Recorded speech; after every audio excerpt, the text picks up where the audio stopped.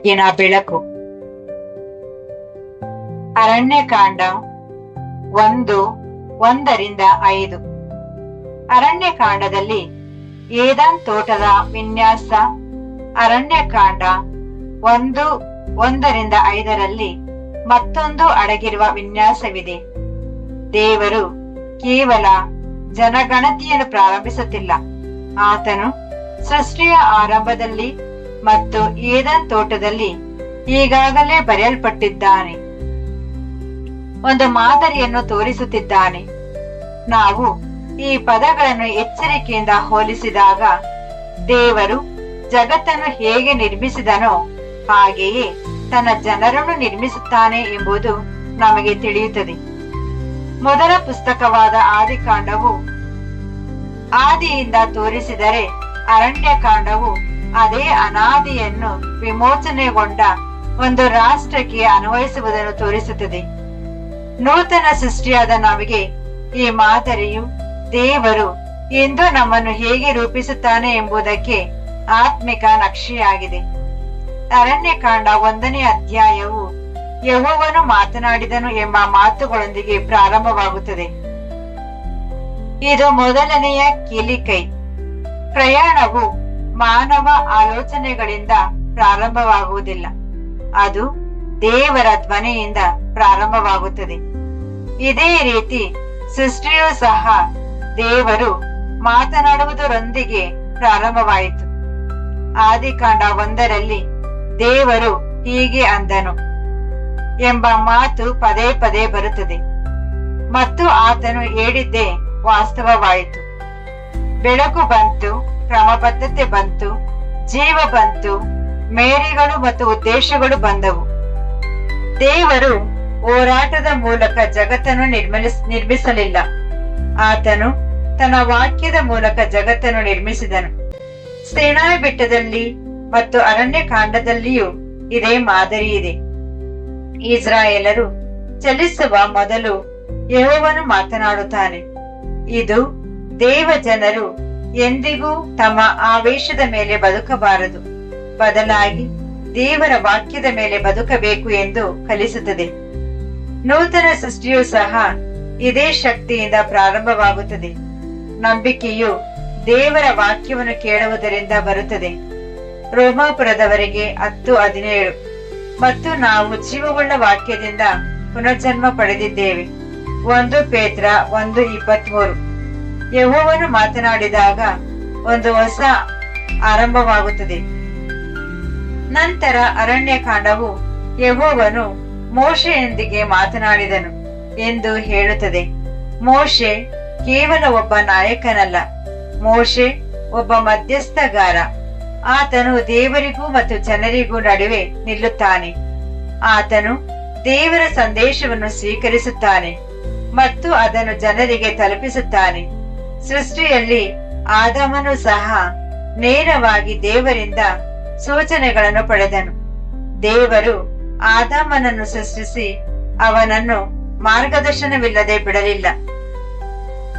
ದೇವರು ಅವನೊಂದಿಗೆ ಮಾತನಾಡಿದನು, ಅವನನ್ನು ತೋಟದಲ್ಲಿ ಇರಿಸಿದನು ಮತ್ತು ಅವನಿಗೆ ಆಜ್ಞೆಗಳನ್ನು ಹಾಗೂ ಮಿತಿಗಳನ್ನು ನೀಡಿದನು. ಆದಿಕಾಂಡ 2:15-17.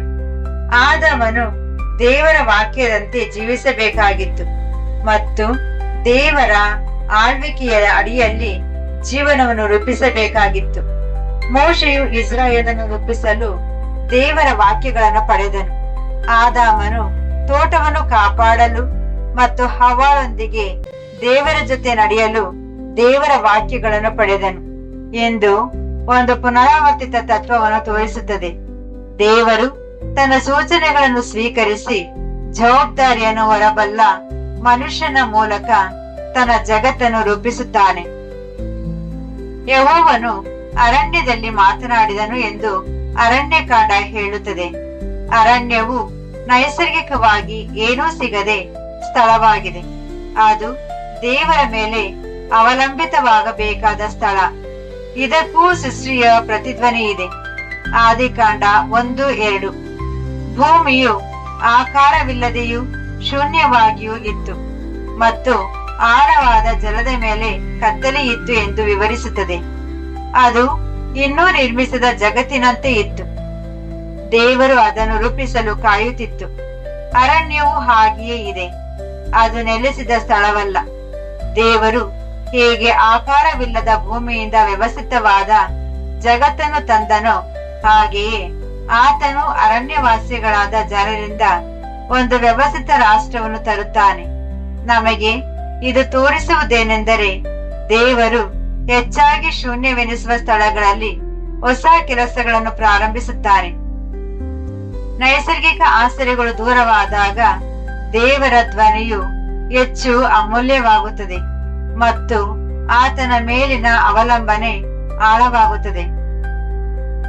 ಅರಣ್ಯಕಾಂಡವು ಇದು ಸೀನಾಯಿ ಅರಣ್ಯದಲ್ಲಿ ನಡೆಯಿತು ಎಂದು ಹೇಳುತ್ತದೆ. ಸೀನಾಯಿ ಕೇವಲ ಮರುಭೂಮಿಯಲ್ಲ. ಸೀನಾಯಿ ಒಂದು ಒಡಂಬಡಿಕೆಯ ಬೆಟ್ಟ.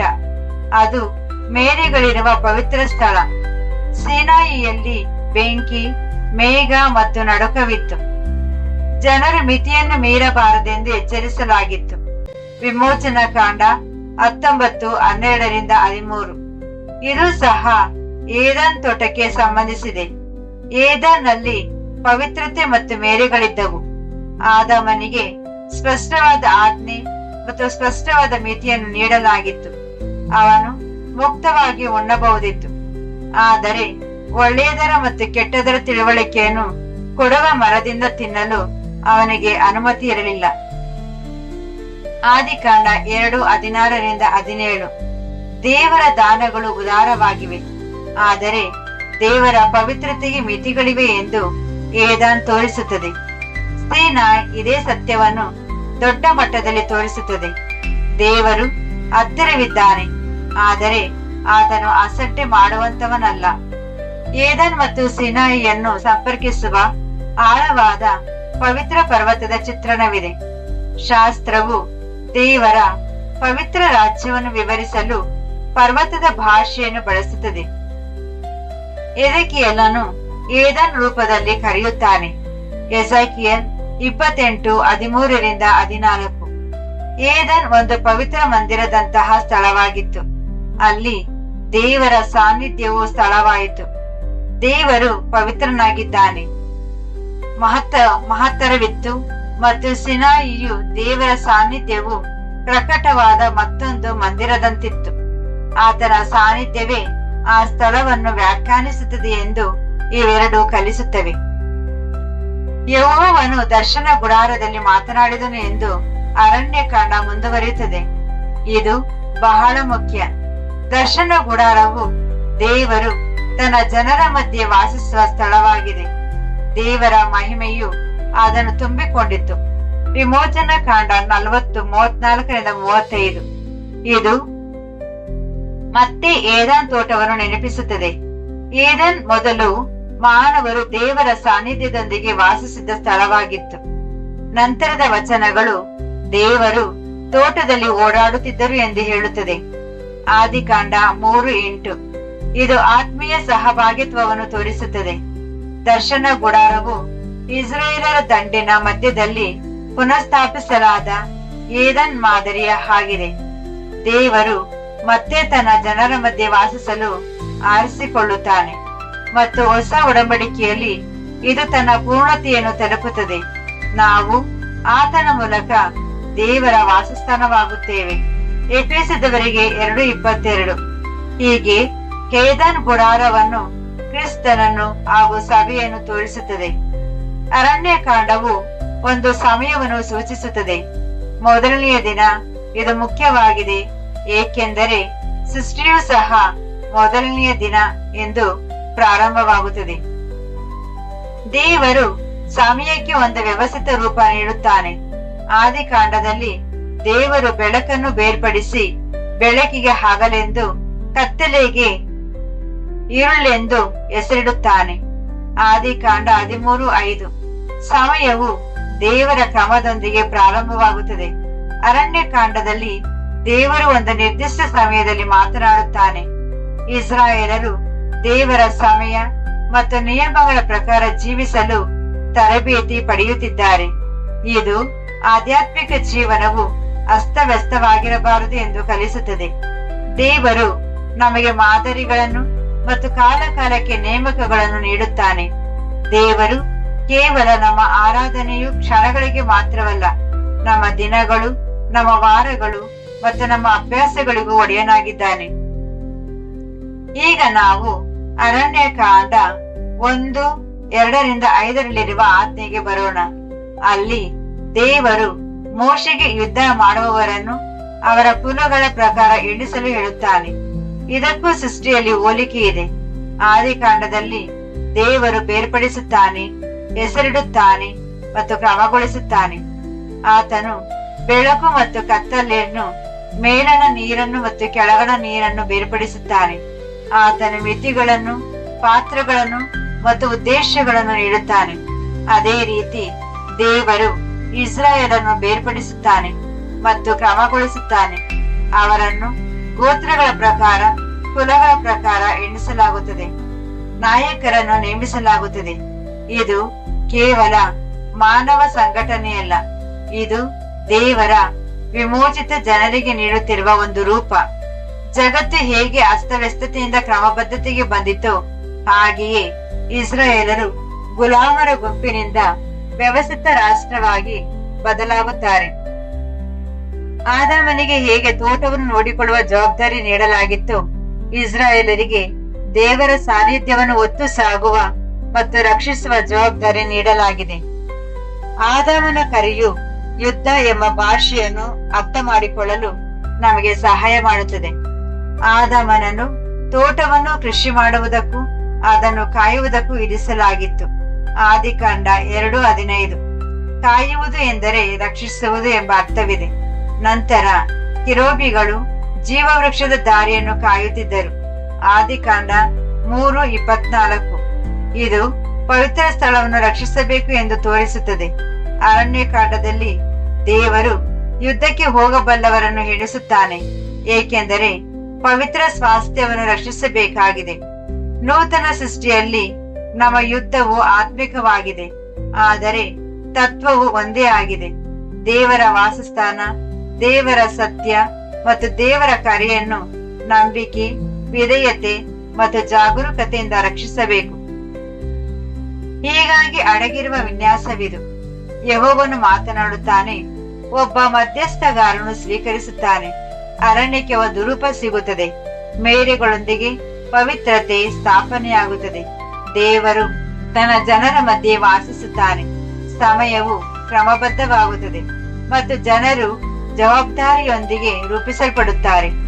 ಇದು ಸೃಷ್ಟಿಯ ಭಾಷೆ, ಇದು ಏದೆನ್ ತೋಟದ ಭಾಷೆ, ಇದು ಅರಣ್ಯಕಾಂಡದ ಭಾಷೆ ಮತ್ತು ಇದು ನೂತನ ಸೃಷ್ಟಿಯ ಭಾಷೆಯೂ ಹೌದು. ಪಾಪವು ಯಾವುದನ್ನು ಮುರಿದಿತ್ತೋ ಅದನ್ನು ದೇವರು ಮತ್ತೆ ನಿರ್ಮಿಸುತ್ತಿದ್ದಾನೆ. ಆತನು ಸಹಭಾಗಿತ್ವವನ್ನು ಪುನಃ ಸ್ಥಾಪಿಸುತ್ತಿದ್ದಾನೆ. ನಾವು ಈ ಚಿತ್ರಣವನ್ನು ನಮ್ಮ ಹೃದಯದಲ್ಲಿ ಇಟ್ಟುಕೊಂಡರೆ ಅರಣ್ಯಕಾಂಡವು ನಾವು ವಿಭಿನ್ನವಾಗಿ ಓದುತ್ತೇವೆ. ನಾವು ಕೇವಲ ಜನಗಣತಿಯ ಪಟ್ಟಿಗಳನ್ನು ನೋಡುವುದಿಲ್ಲ.